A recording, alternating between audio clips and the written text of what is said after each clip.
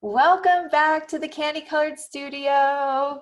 Today is a beautiful day in Midway. We have red all over the mountains. We still have some smoke, but I'm telling you, there's hope for fall. And in part of that hope, somebody that has been bringing me a lot of hope recently is my dear friend Melody Newey Johnson.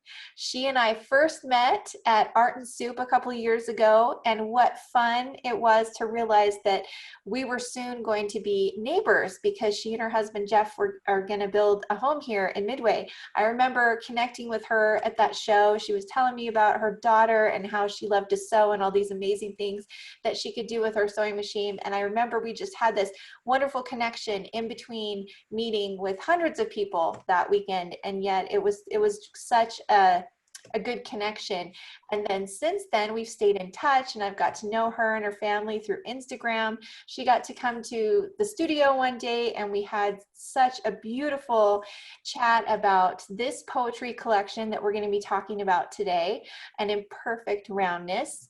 We also had a deep chat about so many other things. We talked about a painting to celebrate this collection, lots of really special things. And then not too long after that, one memorable morning, I received the loveliest rainy day photos from Paris as she and her husband Jeff were visiting. And as I was reading through this beautiful, beautiful collection, there was one particular poem that I felt like just exhibited that moment that she was describing to me while they were together in Paris. And that may not have been the intention, but as I read it, I couldn't help but think about that really sweet time that they had together. So I am just really excited for you to have some time to get to know Melody and to hear about her journey and about this gorgeous collection that honestly is just so perfect in timing. It couldn't be better. Every time Melody and I talked about it, I'm like, this is just so needed. We need this.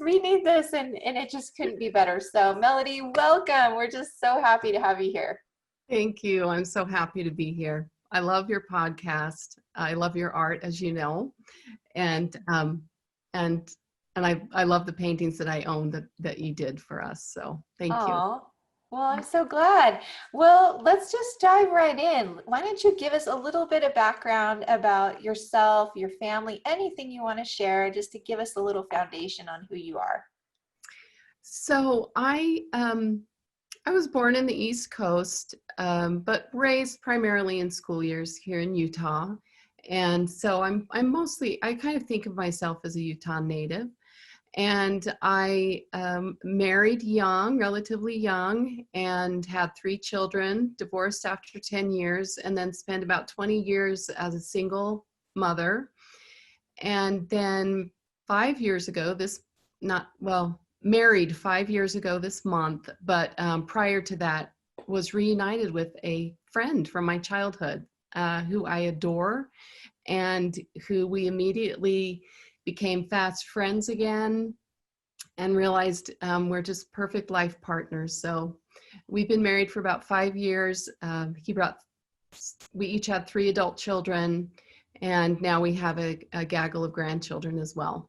So it's a good life. It is a good life. It is a good life. And it's been really special for me to watch because you guys still consider yourself newlyweds in some way. And I think this is kind of funny, but sometimes when you share things, it's the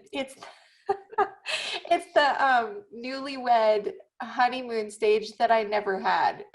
Yeah. And so I have just been just relishing in your joy, and it's been really, really sweet to celebrate you and Jeff, and I love to see you guys together. It's absolutely wonderful. So okay, so let's jump into your journey. Let's talk about, so for those of you that are meeting Melody for the first time, she's a mother. She is a brave mother because she was a single mother for, you said, 20 years. Mm-hmm. Amazing. And then she's also a nurse. And so she, not only is she a poet and a writer, but she's also a nurse. So we want to hear about your journey. We want to hear about being a nurse, being a mother, being a poet, anything that you want to share with training and schooling, and also just your journey in general. So, I become, I have begun to believe that our stories are all quite similar. I think as human beings, and as women in particular, there's a very common thread that runs throughout our life stories, which is we do have a lot of things we love and that we want, and we also have a lot of demands as women. We live in a culture that has certain expectations of women. I mean, maybe the whole world is this way, that really involve nurturing, caregiving, child rearing, being primarily responsible for that culturally, historically. So what I want to say about the overall feeling of my journey, even from childhood to where I am now, looking back, is that it is a difficult road. I think it's hard to be a woman in the world. I'm not minimizing how hard it is to be a man with the demands of that a traditional male role would set for a man, but I think it's particularly difficult to be a woman. So the journey overall has been very hard, but it's also been very rewarding. And the older we get, one of the secrets that is impossible to explain is really the better things get.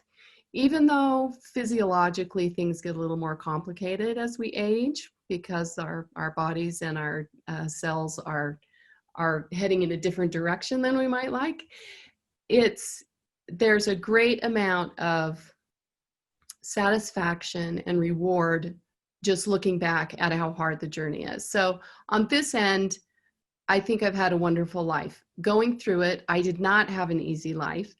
And so I'll just try and hit a few points along the way. So number one, I have been told from the time I can remember that I was a very early walker and an early talker. My mother talked about how I was speaking in complete sentences by the time I was a year. And as a young child, I remember discovering that the shapes that people draw on the page that we know as letters, these little symbols, had sounds. And those sounds could be combined. Those symbols could be combined to make something called words. And then the words could be combined to make phrases and sentences that could open up all kinds of wonder and all kinds of amazing magic if you could figure out these codes that were hidden within these symbols. And even as a small child, I thought this is the key to life. Words are the key to freedom and to beauty. And so I fell in love with words very early in my life. As soon as I learned to read, I just remember thinking, this is magic. This is all magic. So that was, I feel like, a central element of who I was. As I grew up, well, I wrote my first poem in second grade, and looking back on it, it was a lovely poem, and it had understanding of rhythm, of rhyme, and even indirect rhyme. I didn't write poetry growing up as a child beyond that. When I was a very young child, a few poems came out. In high school, I was involved in student government in the capacity of the assembly chairman. So I really enjoyed writing scripts for assemblies and some performance art and things like that. And I've always been very connected with art. I felt like all forms of art, whether it's visual art, music, performance art, that it's really essential for happiness in the world. So, but when I was approaching graduation, and even before then, my love of science kind of erupted in a way that moved me toward, microbiology, biology, and if I had been a little bolder and had been raised in a different environment, I may have, who knows, I may have become a physician or a scientist. So I have a natural love of science, and nursing was a good option because there were many different fields within nursing where I could go. It was something that I felt was readily obtainable, and I weighed English literature and nursing and chose nursing. Yeah.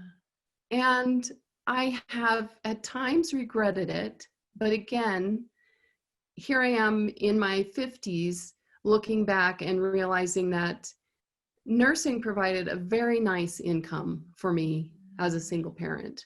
I am not entirely certain that English literature, even if I had gone into education, or most artists don't earn a living through their art, okay? Right. It's We know true. this.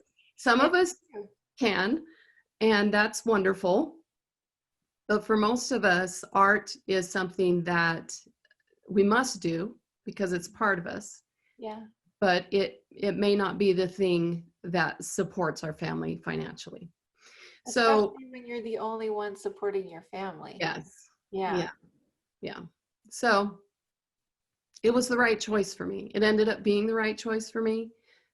But all along the way, I would feel like, why didn't I go into, literature? Because I love it so much. Right. I will say that there is room for both, and sometimes that room happens over time, not necessarily all simultaneously, Uh-huh. because I am writing way more now than I ever have before. And part of that is because there is a second income, Uh-huh. and my attention isn't drawn to child rearing because my children are raised. So and I'm doing a lot of, I had considered going back to school and getting another degree in writing, excuse me. But I realized I just don't really want to go back to school. And so I, and I don't have to. And so I attend writing workshops. I even created and have hosted writing workshops for women in my community. And so I have this lovely career as a nurse, and the many beautiful things that has brought to my life. And I've been able to write in some form pretty much all along the way. Oh, that's so So, beautiful. yeah. I think that that's really empowering too, because honestly, you look at your journey and it does look like it was things worked out the way they were meant to. I think it would be a lot harder for you to have gone to school to be a writer and then realized, oh, I need to support my family. And you can write without going to school, but you really can't be a nurse without going to school. You can't be in the medical school without going to school. And so it's amazing how these things work out for our good. And I can't imagine that your kids, the things that they learn from watching you still continue to write and to make that a part of your life, and to be able to also pursue your love and your passion with science.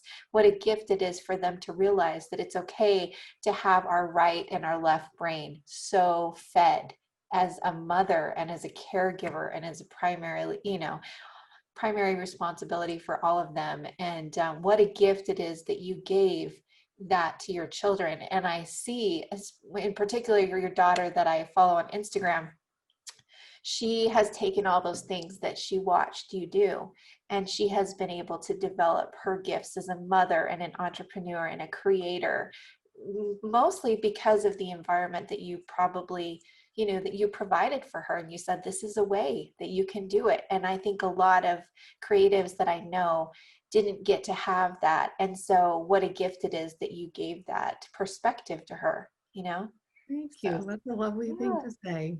And yeah. I Well, think you're, we've been talking a little bit about how all these things interact and intersect. Do you want to talk about how they've influenced you and your family, or anything else that you want to share about that? sure. As you were talking, I remember, so I did create a little bit of a ritual when my children were younger. They knew that when I was writing or when an idea came to me, it was really important that I get it down on paper, Yeah. so that at least the idea was captured in the moment. Because as a writer, and this may be true also as a visual artist, there are certain things that if you don't capture them in the moment, they're gone. You Yes. know, I don't know if you've read Big Magic by Elizabeth Gilbert, but it's a wonderful book. I would say anyone who is creative at all should read it, and even if you're not. And there's a wonderful concept in this book that talks about ideas as entities, living entities that are in the universe around us. And the muse brings them to us. And it may bring them to us for a few moments or a few days. And if we don't take that and create something from it, it will move on. Right. And it will, I don't know where it goes, but sometimes it will go to someone else, and they will answer the call of this idea that's living in the universe, waiting for an expression through a human being. And so my children knew they would walk into a room, and I would be sitting down with I usually wrote in these just little composition books is what I did for many years. And I would say, I'm writing, so I need about 10 or 15 minutes. And they would leave me alone because I created this tiny space, this tiny moment, and I communicated to them, this idea needs my time. I love you, I will care for you, but I have to attend to this idea because in the moment it's urgent. It's going to leave. So you can have a professional life in whatever career you want, and people know this. Women understand that if we don't make time for the creative part of ourselves, nobody's going to grant that to us. No entity or person is going to say, here, let me create a little studio in the backyard for you so that you can go there and have time. If you want it, you have to do it for yourself. And so I did it in ways that met the need at the time. And then as far as my nursing career and my writing, there's a very interesting thread that is similar and essential in both writing and nursing, and it has to do with attention and observation. So when I meet a person for the first time, I intuitively and instinctively, I don't even think about it, I'm doing a head-to-toe assessment of them, a nursing assessment. I'm looking at skin color, I'm looking at their pupils, I'm looking at whether their shoulders are relaxed, I'm looking at the rate of breathing. So like when you and I met that first day, I was probably thinking this about you, how are the cheeks pink enough? Does someone look healthy? Like I can identify a dialysis patient from 20 yards away. So there is something about observation to certain details that are specific to my role as a nurse. Yeah. And I think most healthcare professionals, this happens to them over time. You just do it automatically because it's essential to your role as a professional. As an artist or as a writer, observation is also very important because observing certain details that are essential to the work of writing is kind of unique. Not everyone is going to notice as they're walking down the street the ladybug or the small trail of ants across the rock on the trail in the mountains. Some people will walk right past that and not even see it. But I think writers and artists as a group, and interestingly, I think children also have a tendency to notice certain details that sometimes pass others by. So that thread of attention and observation connects nursing and writing, and has felt like has served me in both settings. For sure. Yeah, no, I love that. I'm so glad that you brought that up. It's interesting because I love to go on hikes, but I always want to take my kids on hikes, but they don't like the word hike. And I'm like, I'm not really a hiker. I just like to walk, and I like to slowly look at things. And so I think, well, let's just go on a walk. Let's go. Because I go with my cute girlfriends, and they're like billy goats, just storming up the mountain, and they're amazing. They're machines. And I finally realized that's not my style. And it's okay. Number one, I can't keep up with them and their long, beautiful legs. But number two, like when I get out, I'm like you say, I want to observe everything. I want to take it in. I want to glean from it.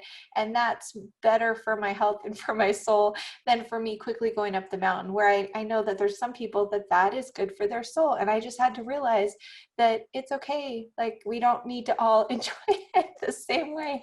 But I'm really glad that you said that, because it's true. And I was talking to a friend this last week, and she was sharing, she actually, her daughter passed away earlier this year, and her daughter had some very severe health challenges, and she realized that when when her daughter passed, that she was now noticing the butterfly. She and her daughter were now both noticing the butterfly, and she was also seeing the world through her daughter's eyes. And I'm sure her daughter was always noticing these things. She was non-communicative, she just couldn't verbally communicate.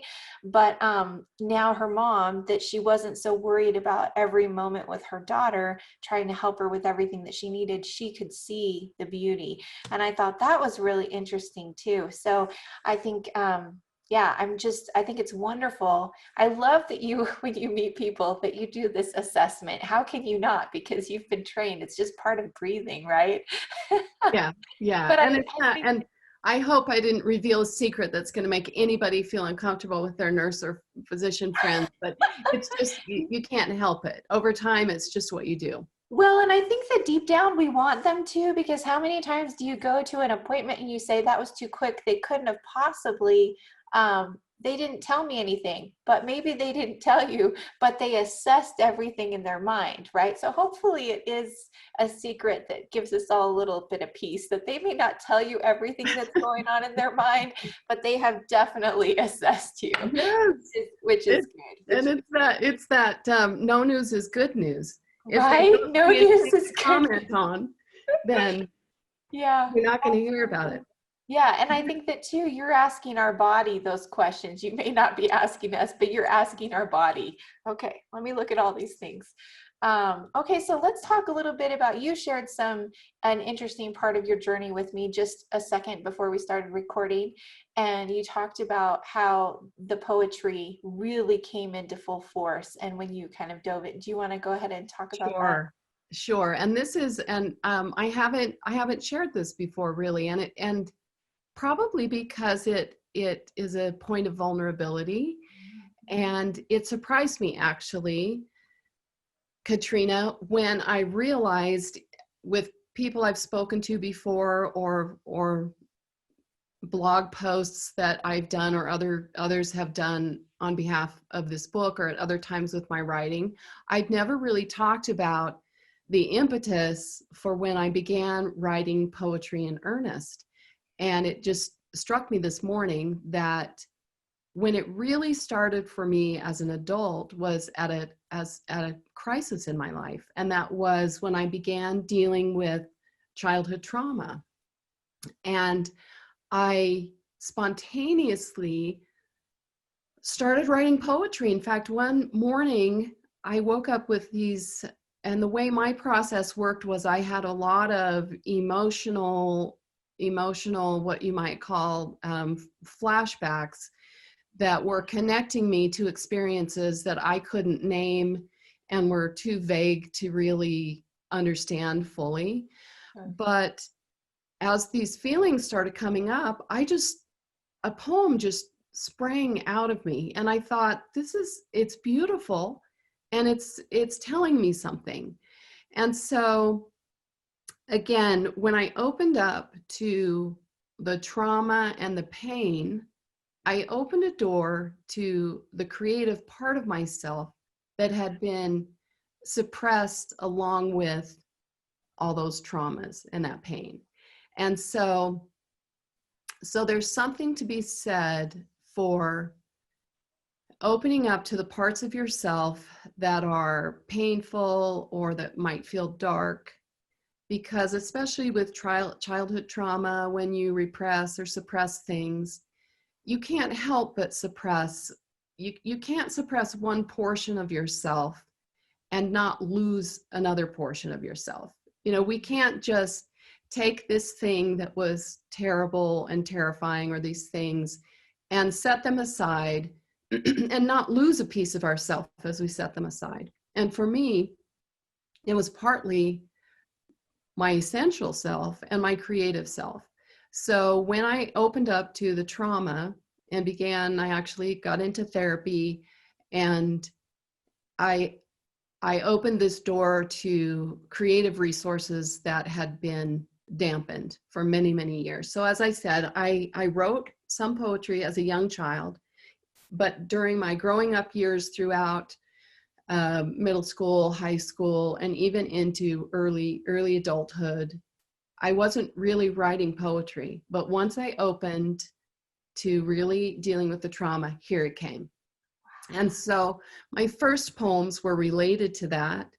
I did a lot of what we would call inner child work through poetry, because I was trying to express childhood experiences that a child wouldn't really have words for in adult language, and also in a way that was bearable, either for myself to write or for someone who might potentially read it.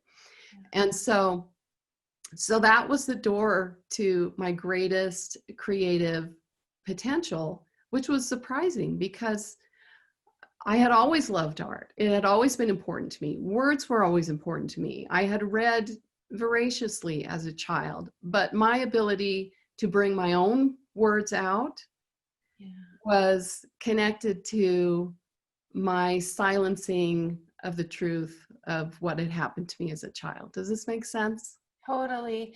It makes so much sense because, I've experienced it in a similar way with my art. And when I started to paint and when I started drawing on a regular basis, I realized that it was like a balm. It was that balm that I needed, and I didn't know why I needed it, And as I went along and I kept creating and doing things, I realized I needed it to be able to sustain me throughout motherhood and all the things going on with life. And then later bits and pieces would flash back just like you described. And I felt like yours, it seemed like it was this almost like a vacuum that was opened, and it just stormed into your life Yes. when you needed it, and you needed to deal with it right then. And for me, I think my little soul knew that it just could only share so much at a time. And that's interesting how we all face trauma in a different way. And I say face, like Carl and I were talking about this last night, and how a lot of times to heal, we have to face those things, right? And yet we all need to do it in different ways, and just because we've experienced different things. But I really believe in something that you talked about in the beginning about how we have to give up a part of ourselves to change and become and to progress. And it's interesting that your soul had to give up that trauma so that you could become your best self and that you could continue to grow and to use that gift that was totally suppressed, completely suppressed. Yeah. Isn't that amazing? Yeah. Yeah. And I think too, I think it's such, I'm so grateful that you shared, because I know that we have people that are listening today who need to know one more way to help heal. And everybody has hard things in their life. Some of us, it's childhood trauma, some of it's abuse, and all these different things, but we all have different experiences. And so I think it's so important to hear the ways that we are dealing with these and facing these traumas, because otherwise sometimes there's just not a roadmap to follow. And I don't think that people were really talking about things. My mom and I were talking about it yesterday, and she was apologizing for not helping me. And I said, nobody was helping anyone with this stuff. I don't think anybody was helping your generation or my generation. This is what I said to her. You're kind of in between us, I think, Melody. You're just barely older than I am. But I think that somewhere between my mom's generation and my generation, I think that it just wasn't happening. And so I think that in a way we're gatekeepers, Melody, because if we don't share the gates that helped us, how can anyone else get through? Right? That's a beautiful thought. Yes. Yes. And there's a huge change between your mother's generation and now, Uh-huh. really, and my mother's generation. I'm quite convinced my mother was victimized as a child as well, knowing what I know now. Yeah. And it is a wonderful time to live in, as far as people's willingness to know the truth and to speak these difficult truths, and resources available for help. And I think art, all kinds of arts are profoundly healing. And there are all types of art therapy. I've recently been looking into becoming there's a certification in poetry therapy. And one of the places I work is at a cancer hospital, Huntsman Cancer Hospital. And we have music therapists, and we have a writer in residence and an artist in residence at the hospital. And these are part of therapeutics for cancer patients. Yeah. So art is can be a deeply and profoundly healing avenue for people. And I would say to anyone who has pain of any kind, really, I would strongly suggest, even when it's scary, to start writing about it. And not even with the idea that you need to share it with anyone, but you can express things through writing in the privacy of your own notebook that you can't get out another way. Or if you're a visual artist or a composer, music. Totally. There are certain things that simply can't be expressed simply by speaking them. Yes. But when you write them, either as poetry or as a narrative, or when you can create an image on a page, you can express certain things that simply can't be spoken. So I'm glad you brought that up. That anyway, and I'm sorry that any of us have to deal with this. Oh, me too. My heart kind of dropped when you first told me, but I thought, of course it happened to Melody too, because It, again, like you said, our journeys are hard, but we look back and we realize that although these things were done to us, they were absolutely done for us. It made you a better woman, a better mother, a better nurse, a better, poet and friend and wife. And I know that it's made me a better person too. And so it's very easy. It's very easy to say, why is this happening to me? But it's so much more important to say, why is this happening for me? What can I do with this? Who can I serve? Who can I lift? How can I stop this chain in my family? How can I make sure that this never happens to a friend or a neighbor or a child in my life? So I'm grateful. If it does happen to my kids, at least I know what to do. So I am kind of curious, where are you in your healing journey? Because I keep thinking that I'm doing better and better, and then more things keep coming up, and I'm like, oh, we're not done with this yet.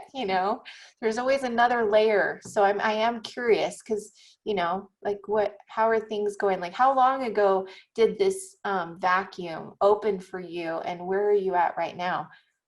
well, so you and I kind of share a similar spiritual aesthetic, I think, in a belief in a world beyond this, where we existed as spiritual entities before this incarnation, and that there is a world beyond this even after we pass on. So something happened. So the short answer is, I was 25 when this all started coming up for me. Yeah. And this might seem depressing to someone who's 25 or 30 or 40, but in hindsight, again, I'm at a place where I have a tremendous amount of peace, and I would say wholeness, and I can live wholeheartedly. This doesn't mean I'm entirely free of symptoms of post-traumatic stress. Yes. That there are times when something happens and I'm pulled back to some of those feelings again, but that's very rare for me. And I feel very fortunate. However, I had an experience early in my active recovery process where I was very deeply distressed about it. And I was kind of, so I have a habit of prayer and meditation. And at that time, and I just do it anywhere and everywhere. Doing dishes is a wonderful meditative process. And I remember being in my kitchen and having these questions about why and what, how, and how am I going to get through this? And I had this very wonderful and empowering, these words come to me. Isn't it interesting? They came in the form of words. And that for me, for my individual process, it was like a 3-step mission to endure. Yeah. To endure what happened, and then to emerge from it. Yeah. And then to witness of it and be a witness to what happens to others. And so I spent about 25 years enduring. That's the way I framed it for myself. So for 25 years, I was in a state of, and it's not like it was horrible every moment, it was for 25 years, I was in a state where I had been abused and or was unaware and or not connecting that part of my life to the rest of my life. So at 25, I woke up, I began to actually confront and deal with the abuse. And then for about 25 years, I was really truly emerging from it, either by doing therapy or by doing art, writing, just growing. We're all going to grow and we're all going to mature. And there are certain things we are going to grow out of whether we work on it or not. If we're enlightened adults on any level, we're going to grow, we're going to mature, we're going to have greater understanding. So that's the next 25 years. And then I figure I have 25 years, another 25 years that I need to be, actively witnessing, meaning being acutely aware of issues that are related to abuse of vulnerable populations. Yeah. And that served me as a nurse, as I've, worked in nursing. And it's not like this starts here and ends, and then this starts here and ends, and this starts here and ends. There's lots of overlap, but those 3 words easily reflect how I see my life journey in relation to this trauma that, yes, indeed shaped me in large part. And so I would say I have long since emerged from it. In fact, it was probably not 25 years that took me time to really emerge and work to the point where I felt like I was free from the major limitations of what had happened in my formative years. And I've had wonderful opportunities to advocate for other victims and survivors. And I've had, in fact, anyway, I've had lots of opportunities to witness and to assist. Yeah. And this collection of poetry in particular does not necessarily reflect that overtly. Right. It doesn't. But many of these poems were written during a time when I was emerging from that element of darkness that was so difficult. And they were part of what were pulling me out. Yes. So, in fact, can I just read one right now? Yes, let's do it. Let's do it. One of my favorites that was so grounding is on page 68, and it's called Missing God. And this came about, this poem was written, it was, oh my gosh, this might be 20 years old. Wow. But it came to me in the mountains, and that's evident in the poem. It's a very quick, short poem. And one of the difficulties I had and this surprises me, Katrina, I didn't expect to spend so much time on this aspect of my life. That's but, okay. but We follow our heart, right, Melody? But one of the things that happened was, because my abuse was largely by my father and male authority figures, my relationship with God as a male figure was damaged Yes, significantly. And, yes. and so when I began to allow God to be something different than that, Mhm. specifically a feminine form, Yes. it gave me a new sense of myself. It gave me a sense of power, and the idea that what Western culture and my Christian religion calls God doesn't have to be a, a old white man with a beard, you know? Mhm. And so this poem, it was inspired by another woman who was kind of a pioneer in the idea in my religious culture of God as a woman instead of a man. Why does God have to be a man? Yeah. No, who Yeah. said God has to be a man? So it's called Missing God, and I'll just read it. I don't remember her voice, but sometimes in the mountains, I think I hear an echo of the flute she played. Yeah. And I was in the mountains, and it was actually this, oh, oh, there's something else, and Yeah. it's something I need. Totally. And it's just, even reading the poem, I can be right back there at the foot of this waterfall, like, oh, okay, I'm gonna be okay. Be Yeah. okay. Yeah, there's something about the identity of God, this idea that God doesn't have to be just a man, this idea that we can have heavenly parents that are actually God, and this feminine divine. How can we become our best selves if we don't have an example, right? How do we become how do we become the mothers and the women we want to be if all we're looking towards is something that we can never be? It's just something, I mean, I know that science will continue to evolve and help people in their desires, but I will truly never be like my Heavenly Father. I won't. It's not a Right, possibility. It's right. not part of my spiritual or physical DNA. It just can't. So that was really powerful when I read that poem. Um, yeah, the flute got to me a lot too, because I think that a lot of times we can't hear unless we're in a place that we feel safe to hear.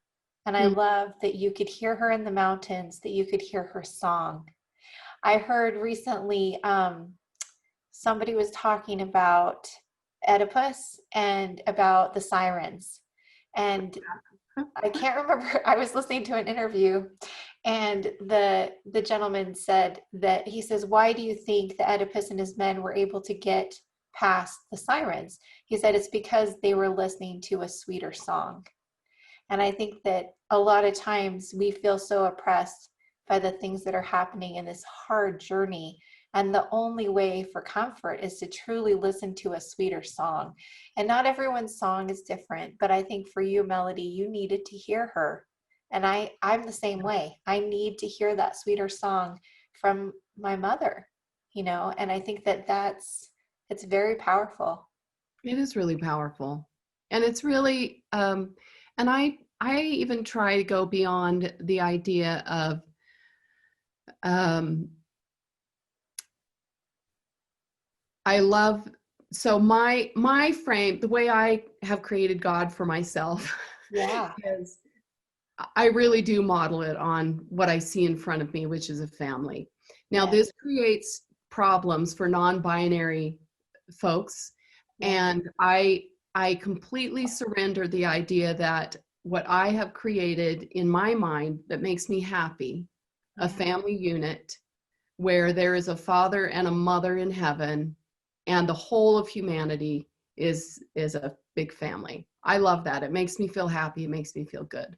I have friends and acquaintances who have a God who is much more fluid, but the idea is they incorporate qualities that we traditionally think of as masculine and feminine, Right. and that God can be that for us. And Totally. when you're raised in an environment that's, anyway, like we said, that says God is a man, it is very limiting It for is. many women. Some women are fine with it. For me, it was, I can't have an angry God. I can't have a God who punishes. I need a God who lets me just come sit in her lap and say, this is how my day was. And so for me at that time, I really exclusively, once this thought came to me, I exclusively, for a period of time, I exclusively envisioned God as a woman. Yeah. And if there was a male God, I didn't really care because I needed her. You needed her. Um, Absolutely. and it has come back around to, because I'm Christian, I believe in a father and a mother, and I believe in a son who actually his strongest attributes are what we in this world might call feminine, who embodies the qualities of femininity with such force and such power that his gender to me doesn't matter. Yeah, and I found so much comfort in that thought as well. And for me, I think about one of the reasons why he can understand us as women is because he performed the atonement. His atonement gave him a perspective into the female soul that nobody else understands. Nobody understands but him, because he's been the only one that has truly borne all the trauma and the hurt and, the pain. He's the only one that can do that. And so for me, that's really helped, because even if God is this male and female unit, they still can't possibly understand the way that Christ can, right? Because of his atonement. I don't know. There's just so many things to think about, but I agree. I agree that he does have the strongest. He does have those female and male strengths that and understanding that we absolutely need. I So, I don't know where this poem is, but I wrote a poem about Christ as an emissary coming to this incarnation in order to take on the burdens of mortality, and that his mother spent a fair amount of time helping him prepare for his experience of sharing the burdens of womanhood. yes. That she was actually his source for strength and courage, because bearing the traumas and the difficulties that women experience in this life, this is not to diminish the fact that men get raped or Right. that men are victimized in various ways, but no man has ever died in childbirth. Right. Um, so anyway, that's just another element that she's an important part of why and how he can understand the traditionally female experience. Anyway, okay. Oh, so good. So good. I'm loving this. I'm tempted to ask you, do you want to talk a little bit about why you called your collection an imperfect roundness? Oh, yes. That ties into everything we're talking about too. Yeah. So and the other thing that I love, so let me just say quickly, this collection is many of the poems are autobiographical, some are not, and it takes a course of a timeline through life. Basically, it starts out with poems about beginnings and birth, and ends with poems more toward the end of life, some dealing with death, and it's primarily about a woman's experience in life. And the fun thing about this title is that, how long ago was it? So I had the bulk of the collection maybe 2.5 years ago is when I really finally had the emotional space to start gathering poems together. And honestly, I just picked out some of my favorites. That's how I did it. And poems that had either won awards and contests, or I had people give me feedback and say, this is a really good poem. Or as a writer, I can see this is a good poem, this is publishable, etc. So I had gathered these poems together, and I knew, it wasn't complete. And one morning I was outside, and the sky was particularly beautiful. And as I looked west, I was on the street in front of my home. I saw the moon in the sky, and it was a morning moon, it hadn't faded yet. And it had a very particular shape. It wasn't quite full. And I don't know if it was waxing or waning, but it wasn't quite full. It was kind of semi-elliptical, but almost full. And I thought, this shape is so familiar to me. It's so familiar. What is the shape I'm seeing in the sky right now? It's something that's not the moon. What is it? And it just hit me. That is the shape of a woman's womb when she's very pregnant. And the baby never sits perfectly symmetrically in the womb. They're always kind of, leaning on one side or off to one side. And so when at least for me, when I would stand in front of a mirror naked and I had this big belly, it was always just kind of a little bit not quite right, not quite round. It looks round under clothing, looks fabulous. Look at your basketball, your baby bump, everything's great. But when you really look in the mirror, it is often asymmetrical. So it was like the moon and my belly. And that's where the poem came from. Would you like me to read that poem? Yes, let's read that poem. Okay. And the title is An Imperfect Roundness. And it just felt like the right title for the book when this poem came to me. An imperfect roundness. This morning, a lopsided moon hangs low in the sky, heavy with a new day. Like my belly, a moon full of baby, an imperfect roundness, heavy with hope. And what I love about this poem, I'll just tell you, is it pulled together the present right there in that moon and the very distant past. Yeah. When I was a young mother. And it just felt like the right way to name the collection, which also kind of covers this lifetime thus far. Oh, it does. And for me, I mean, there's so many things. Just a funny thing about my family likes to say pregnant idea, And Yes. we giggle about that and we think it's so funny. But I think that also I love how you talk about that heaviness of hope. And what I love about this poem and this whole collection is that I think about the things that, the gifts that I've received from reading your poetry, but then also that this is just the beginning. And this is a pregnant collection that is full of hope. And it's full of hope for those of us that read it. It's full of hope for those of us that'll continue to read your work. And so there's a lot of symbolism for me within this first poem that you actually chose to be the title.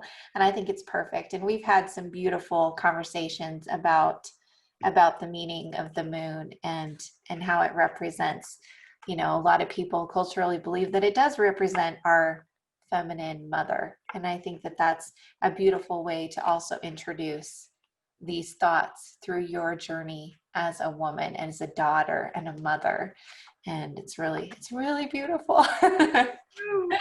Oh, so good. Why don't we pick another one? Let's pick another one. I personally felt like I did get a glimpse into you, into your life as a young woman, a mother, a wife, and a daughter. And so many of these poems just simply spoke straight to my heart. And I know that the next time I read them, I'll find new ones that speak to me and that I need to hear at that time. As a visual artist, I really enjoyed the poems that were also very visually as well as figuratively descriptive and unique. And so when our listeners receive their copy, they'll notice that quite a few of them have this visual this visual uniqueness. Let's read one of, let's see, which one did the circle one you wanted to read? Yeah. The journal.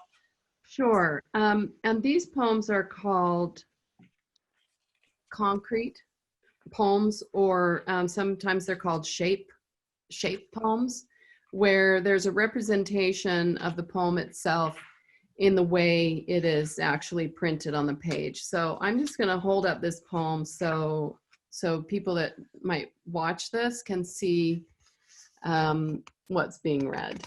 So And this, I can even hold mine while you read it. Do you want oh, me to okay, do that? yeah. Technology. Easier Sure, for you. I sometimes don't know. helpful because some people like to see what they're reading. Beautiful. So this is called One Eternal Round. Seasons change themselves, and me. And if you'll just hold it up for a minute, Yeah. then people can read the surrounding narration as well.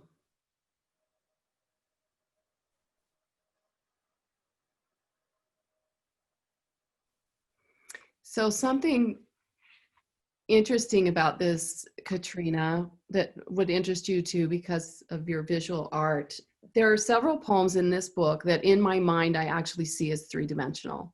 And this is one of them. I see this as I actually, and if I were a big go-getter with art and wanted to create it, I might, and who knows, I still have a lot of years left. I might do this with some of these poems. So I see this poem as a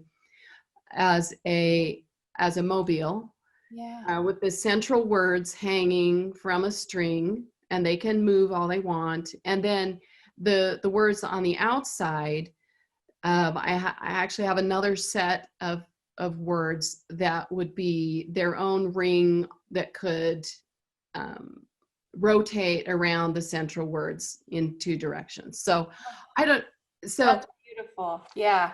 and there's another poem in the book called Divine Origins, and it's in the shape of a rectangle or a door. And there's a version of this that looks like a double helix. So it's a DNA strand, but it's three-dimensional, and I can't do that on the page. Poetry, there's a lot of wonderful experimental poetry going on that people are doing fabulous things with. And at some point I may be able to do this with some of these poems, but Ooh, I need to see so, you do that. That's amazing. Should we do Rain is What Matters? Because yeah, that one also has another visual, what did you call it? A concrete poetry. yeah, I'm gonna hold that one up too so they can see the shape. so it's in the shape of a raindrop. And this one, the other thing about poetry to remember is that some poems can be written to be read. And the words themselves, the message in the poem is powerful. It doesn't need any special formatting, and can be read. Other poems are written to be auditory. There's a whole field of poetry, of course, spoken word poetry, a whole genre that is written to be spoken aloud. And this poem, I loved the shape when I made it into a raindrop, but it's also meant to be read aloud because I'll show you as I read it. I'm going to pause for just 1 second. Yeah, you're fine. I don't know if you can hear the street cleaner going by outside, but I wanted to be sure that wasn't getting in the way. Okay, and the title of the poem is Rain is What Matters. Gentle, peaceful, clean, cool, clarity falling singly, distilled through time and space, water spilled whispers out of heaven, gifts given freely without constraint, devoid of cost, blessings sprinkled, bestowed in transparent spheres, multitudes of sometimes silent small things, drop by drop, anointing, tiny by tiny, telling truth. Wow, the cadence. I would not have caught the cadence if you hadn't have read it aloud. I think that for me, lately I've been thinking about rain being this soft and gentle. Like at the beginning of, the poem, she has in parentheses a dew from heaven, as dew from heaven. It's one of my favorite scriptures. Personally, I love thinking about that idea that it's coming from heaven, but I love your cadence. And I needed to hear you do it because I definitely read it too slow. Well, the idea was it's a rainstorm. Yeah. It's a brief little storm on the page. And the sounds of the poem with a lot of k and t and s is meant to evoke drips of water. And this one I actually wrote. I had a dear friend who was also a massage therapist. And during my healing from childhood traumas, it was very important to me to connect and heal the things that had been kind of kept in my body. And so she would do massage for me, and I would often spend time in her hot tub out on an open deck area. And one evening I was sitting in the hot tub and this rain started falling very gently.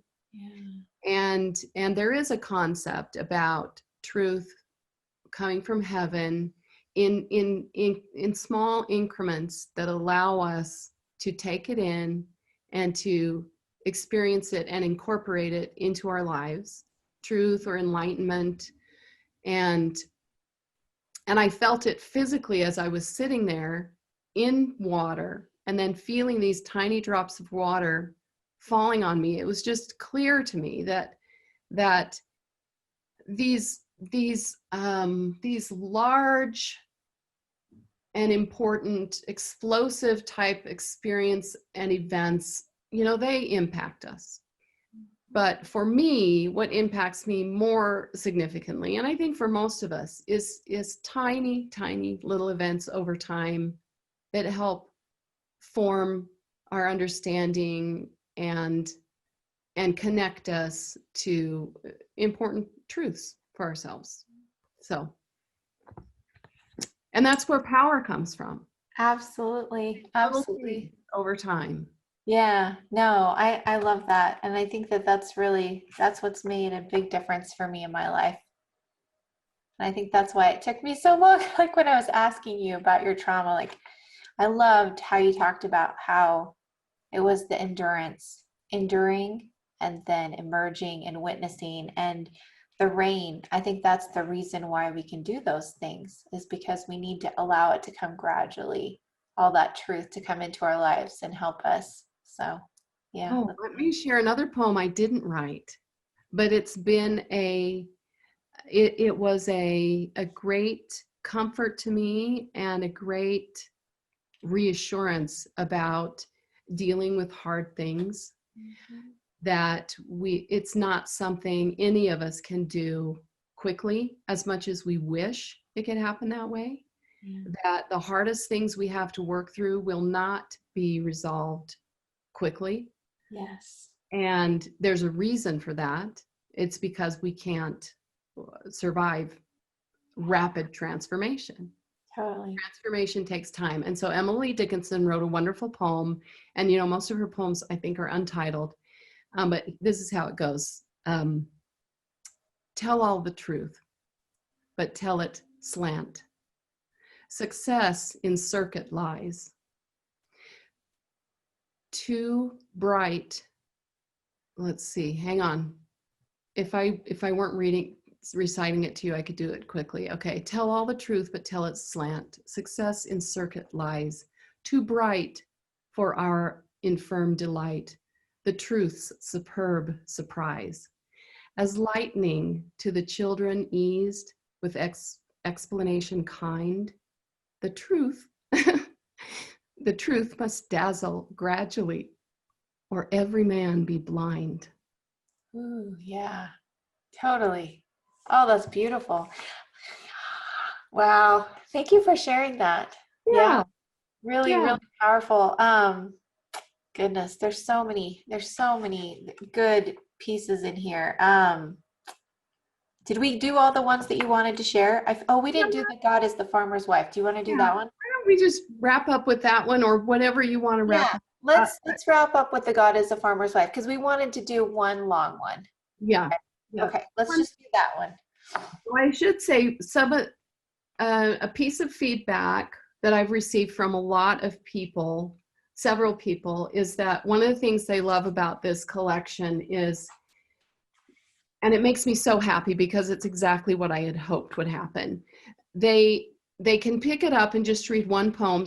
So number one, many of these poems are very accessible. They're not complicated, at least on the surface. Yeah. Even though they're short poems, some of them go quite deep. It's like a deep dive that makes just a little splash on the page. And if you pay attention, it has a lot of meaning beneath the surface. But they're very accessible. And so you can open it and read one poem, and it can serve as kind of a meditation. And it's easy to just read and think about for a minute. And then the collection as a whole is also really enjoyable. And I've been so happy that I've had several people say those very words to me, like, I'm carrying the book around in my purse, and I just pull it out and read one poem, and the poem itself stands alone beautifully. And the best compliment was one of these people was a very good poet herself that said this, and it was completely unsolicited. And so that's one of the great things about this book. Some of them are short enough. For those who aren't normally drawn to poetry, this is a very friendly introduction to poetry. If you're someone who hasn't ever bought a book of poetry, this is a very nice place to start. And this poem was a more recently written poem, and it's called God is a Farmer's Wife. She's been awake since 5 because it's her nature, and breakfast will be ready when you come. She knows every recipe by heart. She knows the sound of your feet moving down the hall toward the kitchen across those few creaky boards. Knows your sister and brother's sound too, because every footfall bears witness of its own. She is warm and round and strong, and when she speaks, the sun begins to rise. She wakes it for you. Yesterday, she plowed fields and fed horses in the middle of the day while you slept because you were tired. When the time comes to dream yourself away from this place, she won't forget the sound of your feet, your quiet breathing. When you go, she'll bless your skin to remember the warm, round sun, your mind to recall the smell of earth, even if you forget the plow, even if the ground is too hard. She wants you to go. Find your way, to learn the way horses whinny, each in their own voice. You'll breathe their sweet aroma up close, no two alike. She knows them like she knows you. And she knows the ground they cover when they run, every steep, every valley. She hears them when she sleeps. She hears the grain as it grows to feed them, the music it makes, brushing the palms of your hands when you pass through, before or after quail who run unseen below. And your hips. She knows how the grain flicks against them like a horse's tail. She wants you to listen for her in whinny and hoof, in tail swish and quail scurry, to taste the song the chick would have sung if it hadn't been made into scrambled eggs for your breakfast.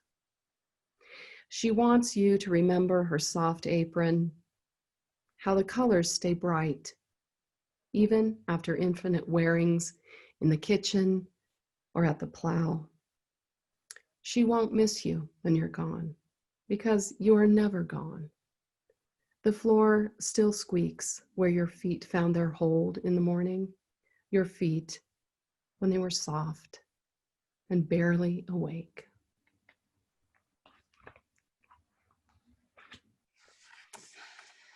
Oh, yeah.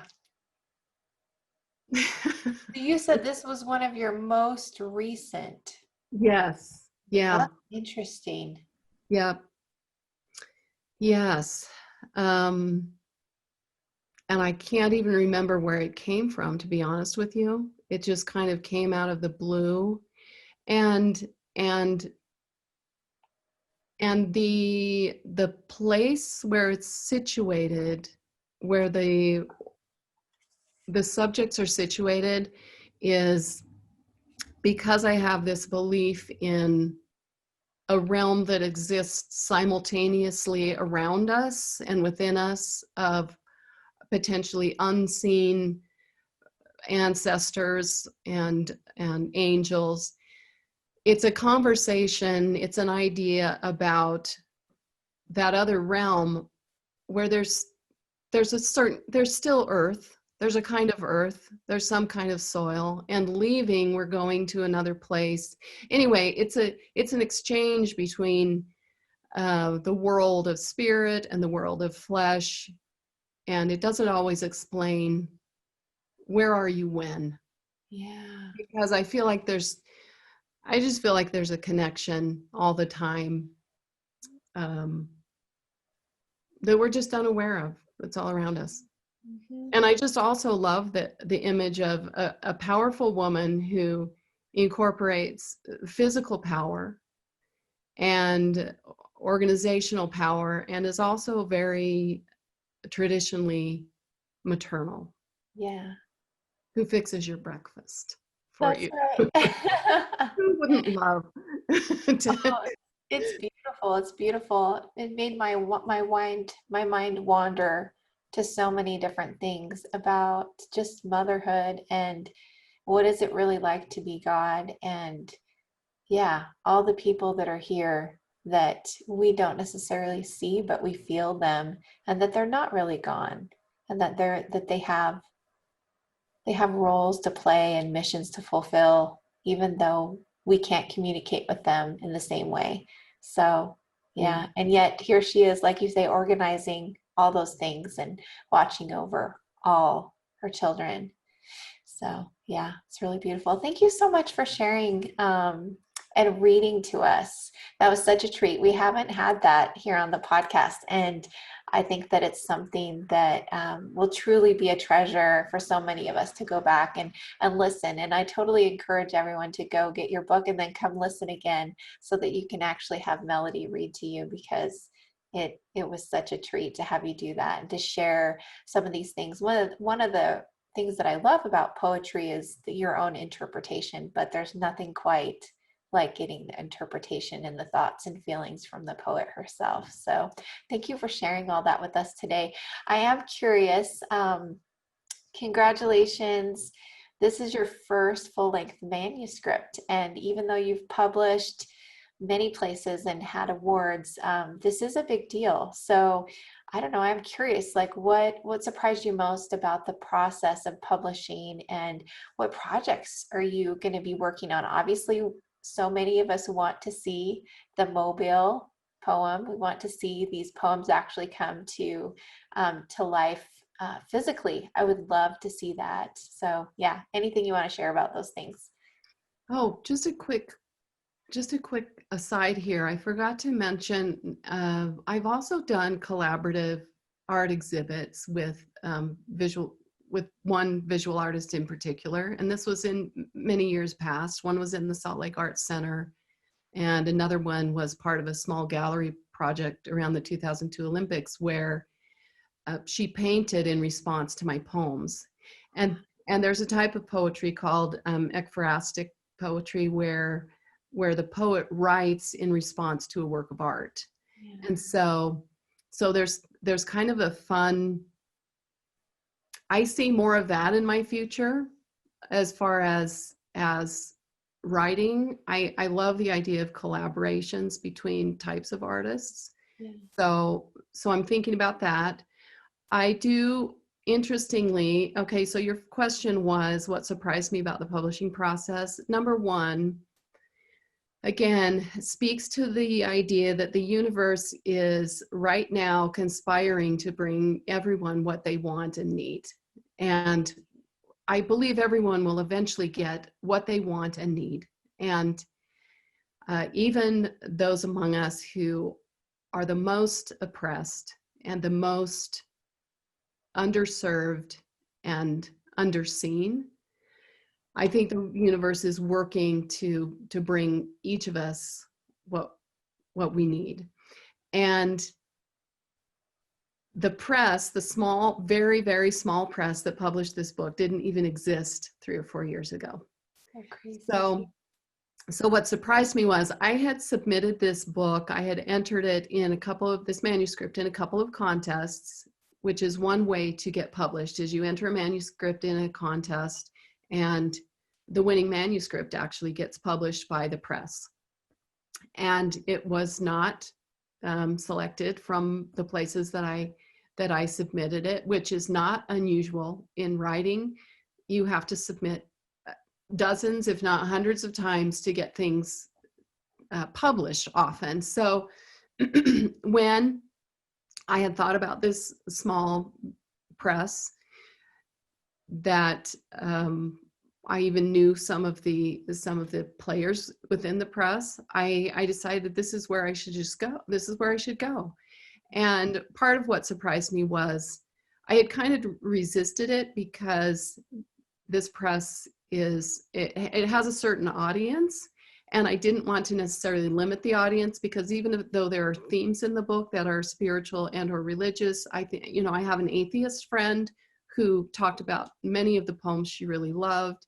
And so I think it can appeal to a much broader audience. But the two things that surprised me, one was it took a tremendous amount of courage to actually publish. And as you know, as an artist, putting your work out to the public is scary at times. I think we get used to it once we've done it for a while, but it is scary because some people aren't going to like it. And I made up a list in my mind, a critique as a poet, how I might critique my own writing. And I came up with several ways that I could critique it negatively and just kind of prepared myself for that. Yeah. And so far I have not had any of those come back to me from readers, which I'm grateful for. So I was very surprised that number one, the process went fairly smoothly. And number two, the response has been really largely positive, which was a great relief. And I'm still prepared. If there's some kind of negative response, I'm prepared for that. And I'm okay with it, because art speaks to its own people. Some people speak to you, might not speak to me, and vice versa. But it was a wonderful thing to see it come into being. The other thing that happened was I thought, I just need one book in print. I want to be immortalized in print, you know, mostly for my children, grandchildren, and people who will come long after. I just wanted my words in a hard copy that could be held. And I did consider self-publishing, but there's a little bit of it. It's better to go through a press, just for reasons I don't want to get into. And what surprised me was, once this was finished, like you alluded to, I thought, oh, I have more in me. So I have a goal that I won't say aloud, but I have a goal for another manuscript in a certain time period, and that's going to hopefully help me work toward another manuscript. And I have some other projects artistically in mind too. I did a series for 2 years on Facebook just for myself as a writing prompt.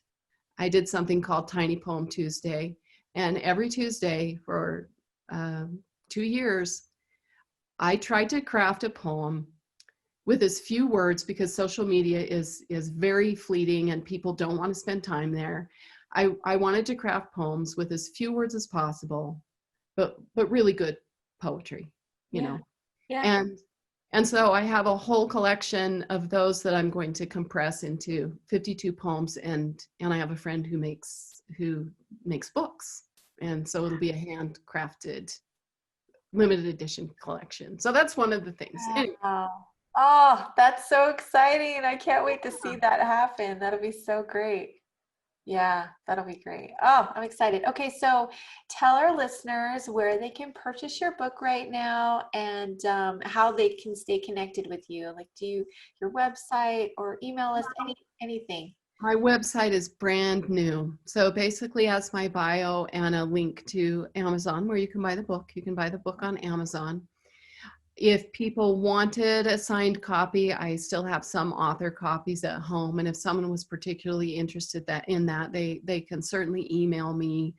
My website right now does not have my email connected to it quite yet, but that'll be coming, and more things will be coming on the website. Events like writing retreats and things like that.